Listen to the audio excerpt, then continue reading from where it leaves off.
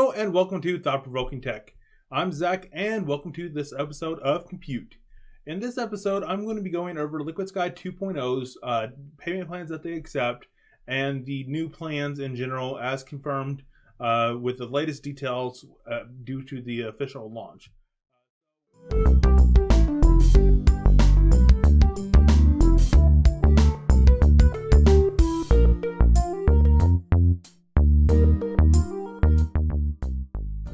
So with LiquidSky 2.0, as you can see here, here's everything that they accept as payment. There's everything under the sun. Greatly expanded, at least from what I was able to remember from LiquidSky 1.0 and the last time I adjusted my payment plan under there. Looks like they've greatly expanded that. I remember PayPal and you can use your credit and debit card natively. I don't remember half of these, or I don't remember probably 3/4 of these even being there. Such as Subway, Dollar General, all the kind of odd and end ones that I've never seen before. One thing I really wanted to point out, though, is they accept Bitcoin. That is quite interesting. I was pretty heavy in Bitcoin about 3 years ago, I'd say 3-4 years ago. And that was back when you could mine with a CPU a little bit, but primarily with the GPU. And with the value of Bitcoin now, if you had mined with LiquidSky back then, if it had existed, and held on to your Bitcoin for how much you would earn, you would actually have came out pretty far ahead. So that's kind of interesting. Nowadays, of course, it's not even close to being viable to mine Bitcoin with standard computing hardware. So that's kind of way I just kind of lost, part of my interest into it, because one of the things I saw was interesting about it was completely distributed digital currency that everybody could participate in, and now that's pretty much faded away because you have to specialize hardware to really even mine in any sense of not completely just wasting the energy from your wall to power your computer for compute cycles that are not really going to benefit you or anyone around the world for any realistic point of view. So I just thought it was interesting that they do accept Bitcoin. I do see it kind of being offered more and more, being accepted at more and more places. So I just wanted to point that out. All right, so let's migrate over to the actual plans with the LiquidSky 2.0 with the latest information. It's pretty much, I think, if you watch my February video, as far as I'm remembering everything, it looks like it's pretty much in line with that. It looks like the credits might have been slightly adjusted from my memory, but they could actually be the exact same. So let's go ahead and go on to the actual plans. All right, so now that we've gone over payment plans, let's jump to the packages. So there are two primary different plan groups that you can choose to purchase in. There's the pay-as-you-go and the monthly. Essentially, the primary difference between the two is that with the pay-as-you-go, you seem to get a little bit more Sky credits for every dollar that you spend. However, you are limited to 100 gigabytes of storage. There is the Sky Store features that they've mentioned in the past, such as being able to upgrade your storage and things along those lines. I don't see any of that there yet. I haven't purchased the plan, so that might show up later. But from what I've heard, I don't think that's going to be the features that they're going to have right off the bat. I think it's going to be one of the features that's going to come in the future. This is still 2.0 beta, so not all the features are expected to be rolled out. But with the pay-as-you-go, you get less storage, but a little more Sky credits per hour. So if you're primarily planning on using LiquidSky as pretty much 1 to 2 games, especially AAA modern games are quite large, so you're probably only going to give about 1 to 2, maybe 3 of your next gen, as they call them, AAA games. Now, if you're more of an indie guy, those games tend to be a little bit smaller.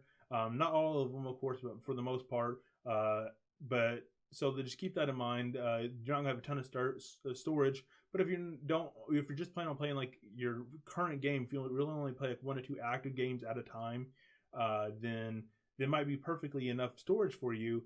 Personally, I'll be going with the monthly plan because I want a bunch of storage, because this is essentially going to be my mobile dedicated gaming rig and workhorse for my personal use cases. So I want to have all my Adobe software on there. I want to have all my files on there, or at least partial of my files that I'll sync from my NAS.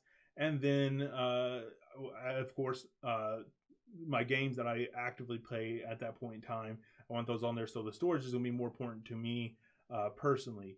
So just keep that in mind. Another thing that is completely missing from this is the fact that they had announced about 2 weeks ago, I believe, that at the 90-day mark or 91-day mark, somewhere there, I think at 91 days is when they start fading away. But after the 90-day mark, Sky credits that you had would start expiring.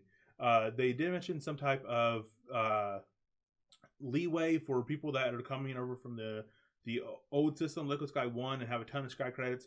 Because right now I have 21,640 Sky credits from the old plan, which essentially equates out to 360 hours of compute time.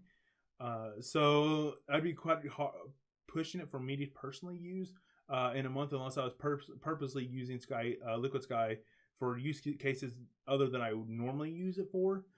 So they did mention a little bit of leeway on that, but that is completely missing from here. And I wanted to mention it because I don't know if it's a massive oversight on LiquidSky's half, or if they've rolled back on that, because there was some hate on the forums from that, and a lot of people were not happy with it. But it isn't unheard of for that to actually happen in the world of, you know, subscription and credit-based systems. For example, I'm a huge Audible fan, and I read in the Amazon thing after reading this, I kind of searched to see if there's kind of a some history of this happening. And Amazon, I think it's 6 months is when they do them, when they start expiring old credits. I never have that problem with Audible because I get 2 out a month, and my wish list is so huge that they pretty much go away instantly.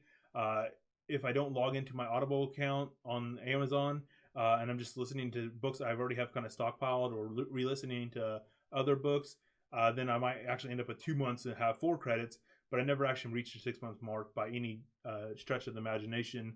So I am hoping that maybe LiquidSky will increase that limit. 6 months is a little more reasonable. Give people a little more time to spend their credits, and so I'm hoping they will kind of expand upon that. So let's go ahead and jump to the pay-as-you-go and plans real quick to just try to showcase the different plans. So there's 6 different plans in pay-as-you-go. I will be testing on, because I'm planning on getting the monthly plan, but I will be testing if you can supplement the monthly plan with the pay-as-you-go. You could do that in LiquidSky 1.0. You could buy extra Sky credits with the 1.0 system.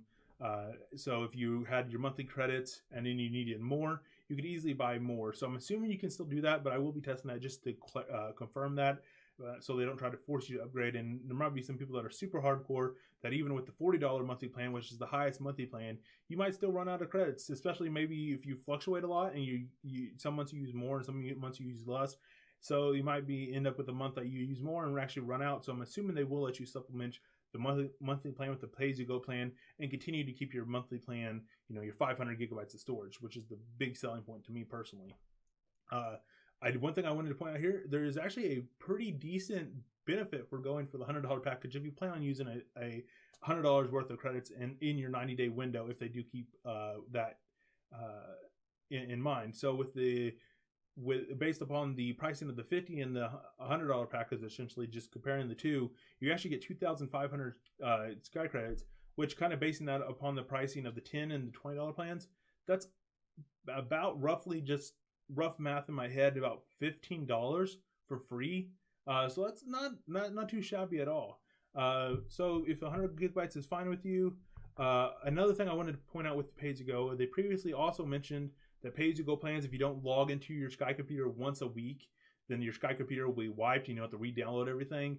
With the download speeds of LiquidSky, that's not a huge deal. But if you have to spend 15 minutes of your credit, 15 minutes of credits is essentially 15 minutes credits worth. Then to download, re-download GTA 5 or whatever game you're playing at the time, Overwatch, then that's 15 minutes you're out if you don't log in once a month, just to keep, or once a week. That's another thing that's absent from here. Don't know what that means, to be honest. Don't know if they've gotten rid of that or just another big oversight on their part. All right, so let's go ahead and move on to the monthly plan. Maybe. All right, so you have 3 tiers of plans here. You have the $10, $20, and $40 tier. Essentially, it's just not much benefit for going up to the other one. Not a bunch of extra Sky credits. You essentially get 200 extra Sky credits for the $20 plan based on the $10 plan, and you get 500 for the $40 plan over the $20 plan. So not huge increases like you saw in the pay-as-you-go per se. So pretty much, if you're on the monthly plan, pretty much just buy what you plan on roughly using in a given month, and kind of base it on there. There's a pretty big gap here where you go from 5,000 to 10,500. Would have liked to maybe see like a 15 and a 30 instead of a $20 plan. Just kind of spread that out a little bit, and have a little bit closer to filling the bigger gaps and kind of narrowing that down a little bit. But that's pretty much it on the plans. I hope this video was informative. I hope they gave you a little more insight to what LiquidSky 2.0 is going to offer in terms of how to pay and what you're paying for and the different plans that are going to be available to you. And of course, with all plans, you can still continue to watch and earn up to 180 Sky Credits per hour, or per day, sorry, 180 Sky Credits per day. That is a maximum. You're not guaranteed that. They mentioned that they're going to have an algorithm that'll kind of space out your ad watching, so you can't just binge watch a bunch of ads like you would binge watch Netflix. We'll be doing some testing with the ads and kind of see how many I get, kind of how long it takes to watch an ad, and kind of your return on your investment. I did do a test run with an ad, and I got 20 Sky Credits, which on the lowest tier plan, that's 20 minutes of gaming, and it took about 30 seconds to 45 seconds out of my day. So that's a pretty good return on your value, especially if you're just sitting there and want to watch a couple ads and earn 30 minutes or 40 minutes of gaming time in a day, and then kind of stockpile that throughout the week, and then maybe play on the weekends a little. I could definitely see that being a viable option for people.